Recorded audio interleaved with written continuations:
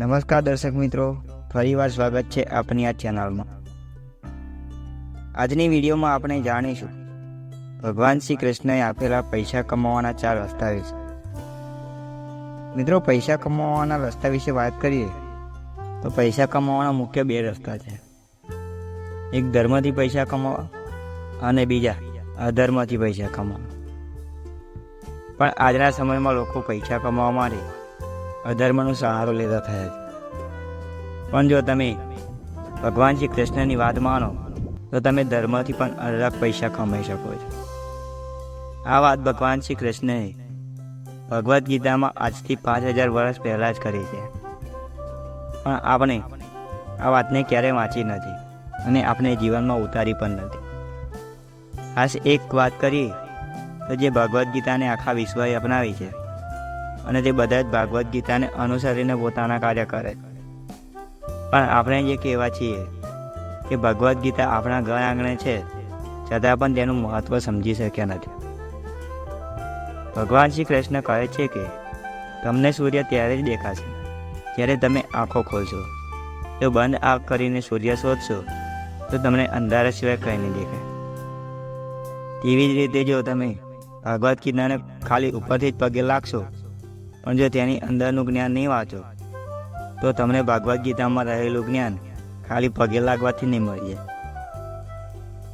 તો ચાલો જોઈએ ભગવાન શ્રી કૃષ્ણએ આપેલા પૈસા કમાવાના 4 રસ્તા।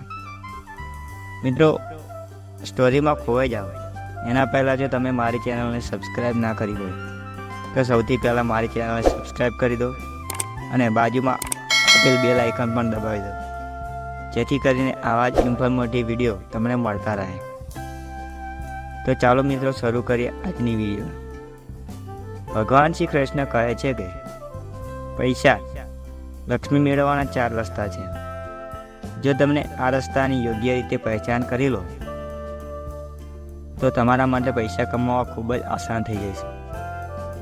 પૈસા કમાવાનો પહેલો રસ્તો સમજાવતા ભગવાન શ્રી કૃષ્ણ કહે છે કે તમે એક મહેનતુ માણસ જોઈ લો જે પોતાના પરિવારનું ગુજરાન ચલાવવા માટે મજૂરી કરે છે અને તે આ મજૂરી કરીને પૈસા કમાય છે, જેનાથી પોતાના પરિવાર તેમજ પોતાના શરીરની જરૂરિયાત પર સંતોષે છે।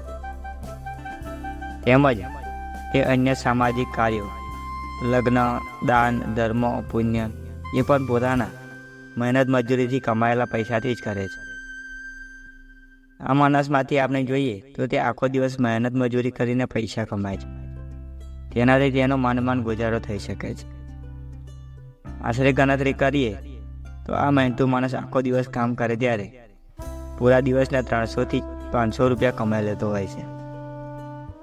તો અમુક માણસ આનાથી વધારે તો કોઈ આનાથી ઓછા પણ કમાતા હોય છે।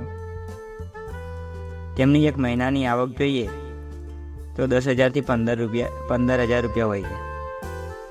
આ આવકને ધ્યાનમાં રાખી ભગવાન શ્રી કૃષ્ણ કહે છે કે તમે લોકો જ્યારે મહેનત કરીને પૈસા કમાશો ત્યારે તમારી આવક તમારી મહેનત પ્રમાણે જ રહેશે। મિત્રો, મહેનતથી ઊંચો બીજો રસ્તો પૈસા કમાવાનો છે એ મહેનત કરતાં પણ વધુ સારો છે।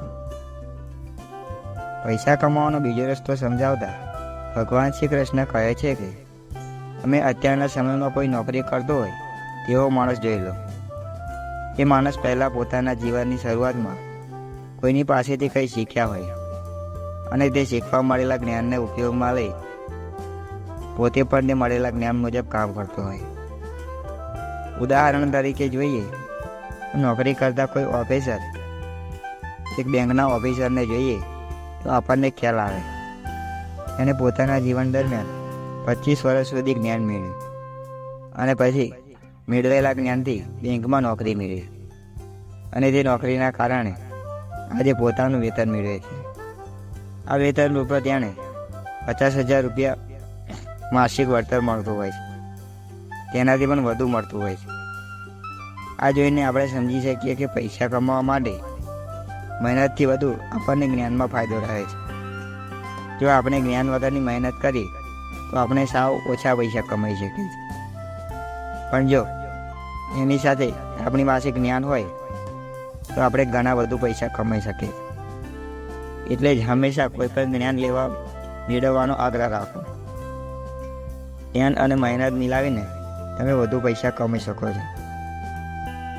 પૈસા કમાવાનો ત્રીજો રસ્તો સમજાવતા ભગવાન શ્રી કૃષ્ણ કહે છે કે જેમ ખાલી મહેનતથી થોડા પૈસા કમાઈ શકાય છે અને મહેનત અને જ્ઞાન બંને ભેગા કરીએ તો વધુ પૈસા કમાઈ શકીએ છીએ, તેવી જ રીતે આપણે હજુ એક તત્વ એમાં ઉમેરીએ તો એનાથી પણ વધુ પૈસા કમાઈ શકીએ છીએ.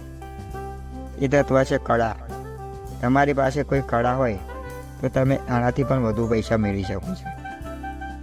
ઉદાહરણ તરીકે તમે કોઈ એવા વ્યક્તિને જોઈ લો જે કોઈ કળા ધરાવતો હોય, કોઈ પ્રખ્યાત સંગીતકાર હોય, કોઈ ચિત્રકાર હોય, કોઈ મહાન વેપારી હોય જે વેપાર કરવાની કળા ધરાવતો. ઉદાહરણ તરીકે જોઈએ તો ધીરુભાઈ અંબાણી એક ગરીબ માણસ જ હતા, પણ તેમની વેપાર કરવાની કળાને લઈને એટલા બધા પ્રખ્યાત થઈ ગયા કે આજે તેમના પુત્ર મુકેશ અંબાણી દેશના સૌથી ધનવાન માણસ છે. બીજું ઉદાહરણ લઈએ તો અભિનેતા અમિતાભ બચ્ચન પણ એક ગરીબ માણસ જ હતા જે આજે દેશના સૌથી પ્રખ્યાત અભિનેતાઓમાં પ્રથમ સ્થાન ધરાવે છે અને તે આજે એક ફિલ્મ કરવાના પણ કરોડો રૂપિયા લે છે. આમ શ્રી કૃષ્ણ સમજાવે છે કે મહેનતની સાથે જ્ઞાન હોય અને જ્ઞાનમાં પણ જો તમારી કળા પડી જાય તો તમે એક પ્રખ્યાત તેમજ અમીર વ્યક્તિ બની શકો છો. માટે તમે જીવન દરમિયાન કોઈ પણ કળામાં પારંગત બનવાનું રાખો. પૈસા કમાવાનો ચોથો રસ્તો સમજાવતા ભગવાન શ્રી કૃષ્ણ કહે છે ઊંચા વિચારો. ઉદાહરણ તરીકે જોઈએ તો આપણા હાથમાં જે ફેસબુક છે તે જ જોઈ લો. આ ફેસબુક વર્ષો પહેલાં એક કોલેજના વિદ્યાર્થીના મગજનો વિચાર જ હતો અને અત્યારે અબજો રૂપિયાની કંપની બની ગઈ છે. આજે કદાચ લોકોને એક દિવસ ખાવા ના મળે તો ચાલે, પણ ફોન વગર જરા પણ ચાલતું નથી. આ ફેસબુક શું છે? એક વિચાર જ છે. અત્યારે અસંખ્ય એવી કંપનીઓ જોવા મળશે જે શરૂઆત થઈ ત્યારે ખાલી વિચાર જ હતો, પણ અત્યારે કરોડો કે અબજો રૂપિયાની મિલકત ધરાવે. એવું બીજું એક ઉદાહરણ લઈએ તો એક વોટ્સઅપ છે જે તમે સવારે ઉઠતાની સાથે જ ચેક કરો છો. એ વોટ્સએપ આશરે ફેસબુકે 1,46,564 કરોડ રૂપિયામાં ખરીદી હતી, જે મુકેશ અંબાણીની મિલકતનું અડધી મિલકત જેટલું થાય છે. જો કદાચ મુકેશ અંબાણી 2 વોટ્સઅપ ખરીદે તો લગભગ તેની બધી જ મિલકત આપી દેવી. હવે તમે જ વિચારો, ખાલી 2 વોટ્સઅપ જેટલી જ મુકેશ અંબાણીની સંપત્તિ છે, તો આ વોટ્સઅપ બનાવવાનો વિચાર કેટલાનો થયો? એક વાત યાદ રાખો, આવા વિચારો ત્યારે જ આવે જ્યારે તમારી પાસે જ્ઞાન હોય, અને આવા વિચારો ત્યારે જ સિદ્ધ થાય જ્યારે તમારી પાસે મહેનત કરવાની દાનત હોય. એટલે જ કહેવાય છે કે જગતમાં સૌથી ઝડપી મનના વિચારો છે. જે એક વિચાર તમને એટલો ધનવાન બનાવી શકે છે તમારું સ્થાન દુનિયાના તમામ ધનવાનોમાં આવી શકે છે.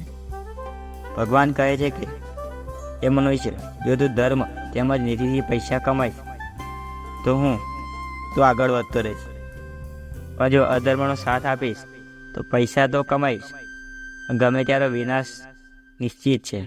તમારા બાળકોને પણ એવી જ શિક્ષા આપો, તેના વિચારોને નવી દિશા મળે. જો તમે તેને પૈસા કમાવા માટે દોડાવશો તો જીવન એમ જ નીકળી જશે, પણ તમે તેને જ્ઞાન, કળા, મહેનત તેમજ ઉચ્ચ વિચારીનું શિક્ષણ આપો, જેથી તે વિકાસ તેમજ ધર્મના માર્ગ પર આગળ વધી સમાજને નવી દિશા આપી શકે.